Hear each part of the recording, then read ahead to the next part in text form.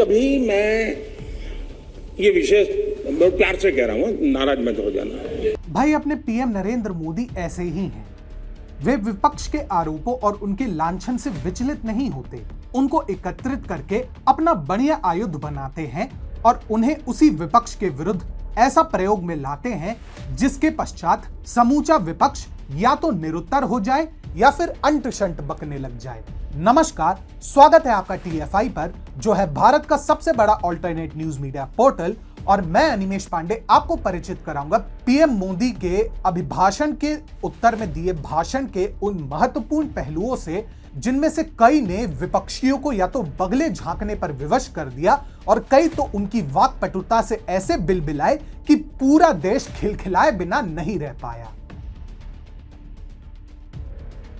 अब कभी कभी बीच बीच में बढ़ते एलपीजी के दामों को लेकर विपक्ष के तमाम आरोपों के बीच पीएम मोदी ने कहा कि इस समय हम एक ऐसे जगह पर हैं जहां पर कोरोना काल के पश्चात विश्व एक नए वर्ल्ड ऑर्डर की ओर अग्रसर है। यह एक ऐसा टर्निंग पॉइंट है कि हम लोगों को एक नए भारत के रूप में इस अवसर को नहीं गंवाना चाहिए।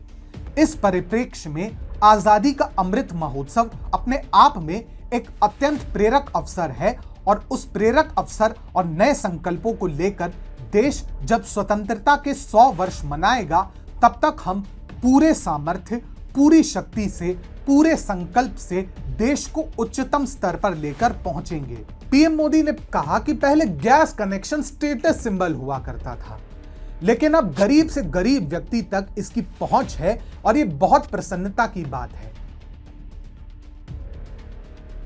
अब प्रारंभ में अपने अभिभाषण के दौरान पीएम मोदी ने विष्णु पुराण के कुछ पद्यों का उल्लेख किया।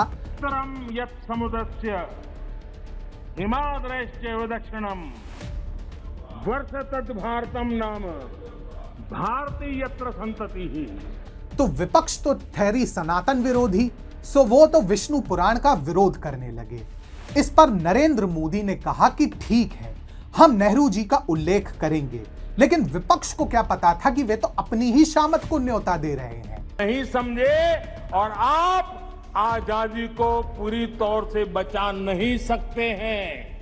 ये कर्तव्य के लिए देश के प्रथम प्रधानमंत्री पंडित नेहरू जी ने कहा था, लेकिन आप उसको भी भूल गए, आप उसको भी भूल गए। अपने इसी अभिभाषण के दौरान लोकसभा में पीएम मोदी ने कांग्रेस के आपत्तियों को ध्यान में रखते हुए कहा कि उन्हें ज्ञात है कि पीएम नेहरू का उल्लेख नहीं किया जाता है, पर अब वे करेंगे और बारंबार करेंगे, तो कांग्रेस को इसका आनंद लेना चाहिए। और फिर उन्होंने उजागर किया कि कैसे प्रधानमंत्री नेहरू ने 1950 से 1953 तक चले कोरिया युद्ध का हवाला देते हुए भारत में खाद्य वस्तुओं की बढ़ती महंगाई को उचित ठहराने का प्रयास किया था। उस समय नेहरू जी लाल किले से देश को संबोधन करते हुए क्या कह रहे हैं? कभी कभी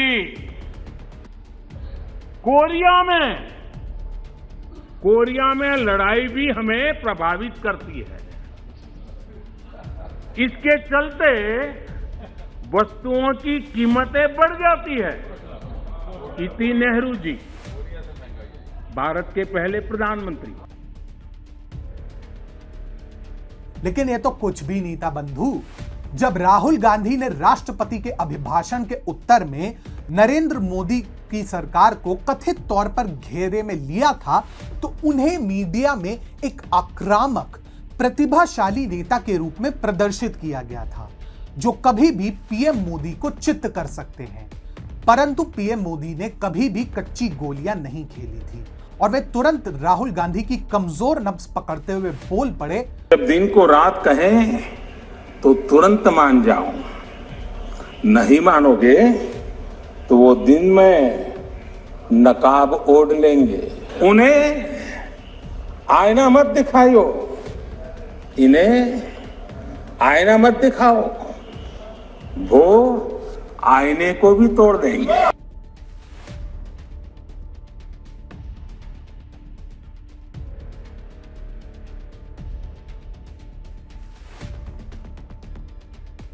जब राहुल गांधी ने यह बोला था कि मेक इन इंडिया कभी सफल हो ही नहीं सकता, उस पर पीएम मोदी ने व्यंग्य बाण भी चलाया और क्रोध भी दिखाया।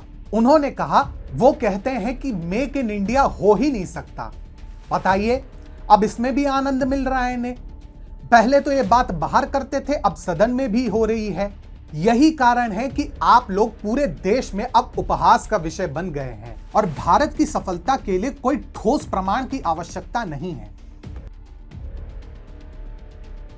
पीएम मोदी ने आगे यह भी कहा कि आजादी के इतने वर्षों के बाद जब गरीबों के घर में रोशनी होती है तो उसकी प्रसन्नता देश की प्रसन्नता को बल देती है। उनके अनुसार गरीब के घर में गैस का कनेक्शन हो, धुएं वाले चूल्हे से मुक्ति हो तो उसका आनंद कुछ और ही होता है। दुर्भाग्य तो यह है कि आप में से बहुत लोग तो ऐसे हैं जिनका कांटा 2014 में ही अटका हुआ है और उससे वे अभी तक बाहर नहीं निकल पा रहे हैं और अंत में उसका नतीजा आपको भी भुगतना पड़ता है। अब बात जब कांग्रेस की हो ही रही है तो फिर उनके बेइज्जती कैसे नहीं करेंगे पीएम मोदी।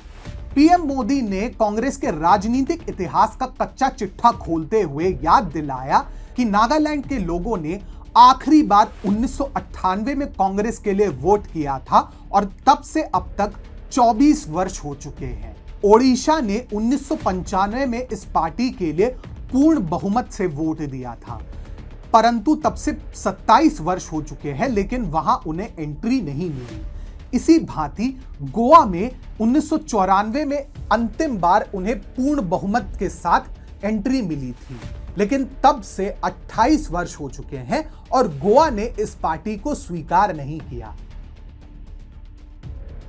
अरे ये तो कुछ भी नहीं है भाई। एक बार पीएम मोदी जब अपने व्यंग्यात्मक बाण छोड़ने प्रारंभ करते हैं तो फिर वो रुकते नहीं। महाराष्ट्र और दिल्ली की सरकारों की ताबड़तोड़ धुलाई करते हुए उन्होंने बोला, कांग्रेस पार्टी ने मुंबई में रह रहे श्रमिकों को डरा धमकाकर यूपी बिहार भेजा। इसके लिए उन्हें फ्री में टिकट तक दिया गया। उन्हें याद दिलाया गया कि कैसे मजदूरों को महाराष्ट्र का बोझ बताकर वापस भेजा गया।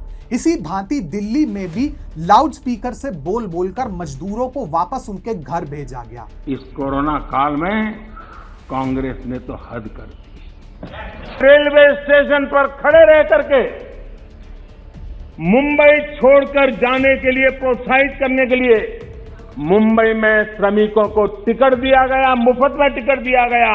लोगों को प्रेरित किया गया कि जाओ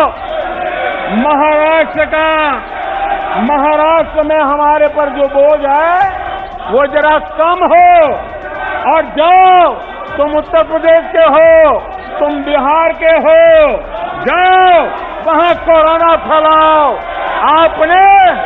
आपने ये बहुत बड़ा पाप किया। और माननीय अध्यक्ष जी, उस समय दिल्ली में ऐसी सरकार थी जो है, उस सरकार ने तो जीप पर माइक बांध करके दिल्ली की झुग्गी झोपड़ी में गाड़ी घुमा करके लोगों को कहा संकट बड़ा है, भागो, गांव जाओ, घर जाओ।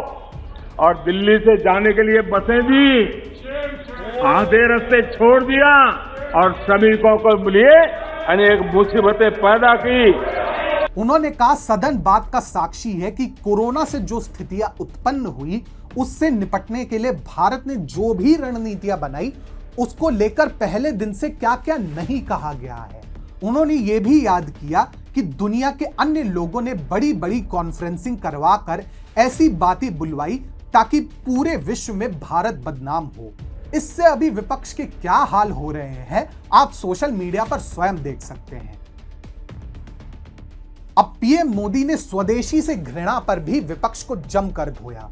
उन्होंने पूछा कि विपक्षी दल वोकल फॉर लोकल का विरोध क्यों कर रहे हैं, कि छोटे किसानों के प्रति आपकी इतनी नफरत क्यों है। उन्होंने बताया कि कैसे योग और फिट इंडिया का भी विपक्ष ने मजाक बनाया। पीएम मोदी के अनुसार जहां समझ से अधिक समर्पण होता है वहां अर्पण करने की शक्ति भी होती है। बीते 2 वर्षों में 100 वर्षों की सबसे बड़ी वैश्विक महामारियों में से एक का संकट पूरी दुनिया की मानव जाति झेल रही है और जिन्होंने भारत के अतीत के आधार पर ही भारत को समझने का प्रयास किया।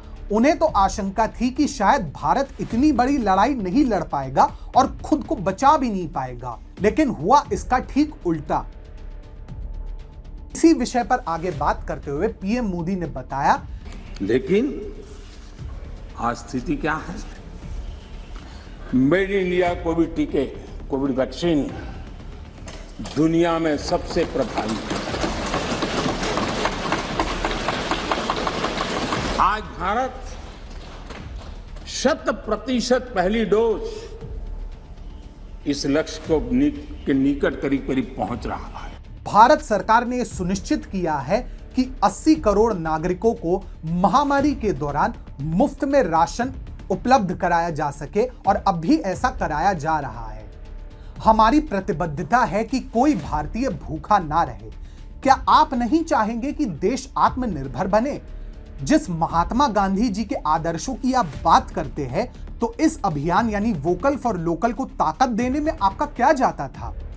गांधी जी के स्वदेशी के निर्णय को आगे बढ़ाइए। ऐसे में पीएम मोदी ने एक भाषण में न केवल विपक्ष को यह सूचित किया कि वे किस मिट्टी के बने हैं, अपितु कुछ ऐसे लोगों को भी बिना कहे एक स्पष्ट संदेश दिया जिन्हें प्रतीत होता है कि पीएम मोदी से अधिक उन्होंने इस देश के लिए किया है। अब पीएम मोदी हमेशा की भांति सबको चारों खाने चित्त करके लोकसभा से प्रस्थान किए।